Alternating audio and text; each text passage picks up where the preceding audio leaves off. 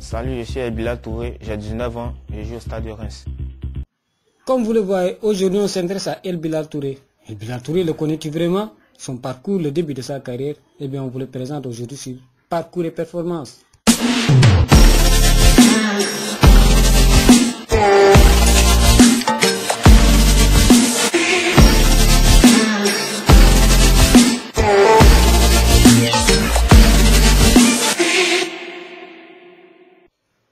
Né le 3 octobre 2001 à Adjamé en Côte d'Ivoire, El Bilal Touré commence à jouer au foot dès son bas âge.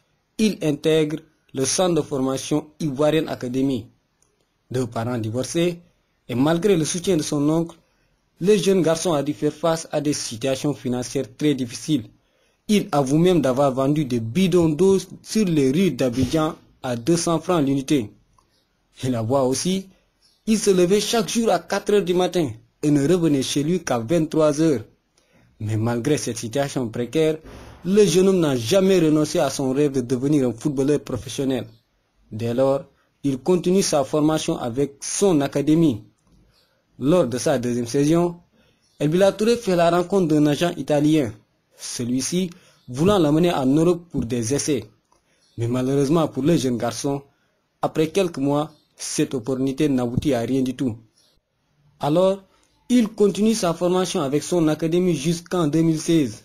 2016, où le jeune garçon va ranger ses valises direction l'AFE, une haute académie, pas en Côte d'Ivoire, mais cette fois-ci au Mali. Il joue à l'AFE, l'Académie Football Elite, pour une durée de 3 saisons. Et pendant cette période, El Bilal Touré montre toute l'étendue de son talent. Et comme on le dit, les performances ne passent jamais inaperçues. Après cela, vient le temps de la sélection. Il joue avec les Aiglons du Mali. Mais disons que le début n'a pas été facile pour le jeune garçon, parce qu'il ne faisait pas partie des plans du coach Mohamed Khan qui était à la tête de cette sélection. Notamment, El Bilal Touré n'a pas été sélectionné pour jouer la compétition IFOA en 2019. Mais après cet échec, le jeune garçon s'est remis en question, en demandant exactement pourquoi il n'a pas réussi ce test. Et ses grands frères lui ont avoué que le football est un métier où chacun a sa propre perception. Le coach Mohamed Khan cherchait un attaquant qui fatiguait la défense, qui faisait des courses et qui pressait. Mais le jeune footballeur El Bilal Touré ne se basait que sur ses qualités techniques. Puis El Bilal Touré travaillait dur pour développer cet aspect de son jeu. Au retour de cette compétition, coup du sort, l'attaquant numéro 1 a eu des difficultés et le jeune footballeur se fait rappeler par Mohamed Khan, plus précisément pour jouer 2 matchs qualificatifs pour la Coupe d'Afrique U20 contre le Cameroun. Il joue et marque lors de chacun de ces matchs. Après cette performance, il gagne la confiance du coach. En février 2019, il joue et remporte la CAN U20 avec le Mali. En plus de cette performance, El Bilal Touré fait partie du 11 type de cette compétition.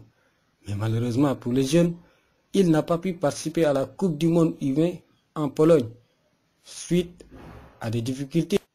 Mais cela n'a pas caché l'étendue du talent du footballeur, car Reims, Strasbourg, Monaco, Ajax et même Red Bull Salzbourg, toutes ces écuries voulaient s'arracher les services du jeune footballeur. Mais le 3 janvier 2020, El Bilal Touré s'engage avec Reims pour un bail de 5 saisons, où il va faire ses débuts avec l'équipe réserve. Lors de son premier match, El Bilal Touré rentre en cours de jeu et trouve ses coéquipiers menés 4-2. Et grâce à son talent, il permet à son équipe d'arracher le point du match nul en marquant un but et en délivrant une passe décisive.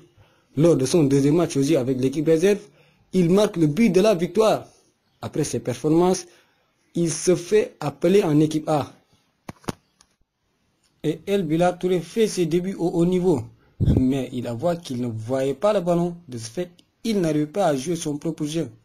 Mais malgré cela, il compensait par des courses et du sprint. Quelque chose qu'il a appris lors de sa première sélection avec les Aiglons du Mali. Et comme on le dit, le football est un métier de progression. Et malgré cette situation, il arrive à se créer un penalty. Un penalty qu'il va transformer lui-même, permettant à son équipe de remporter les 3 points.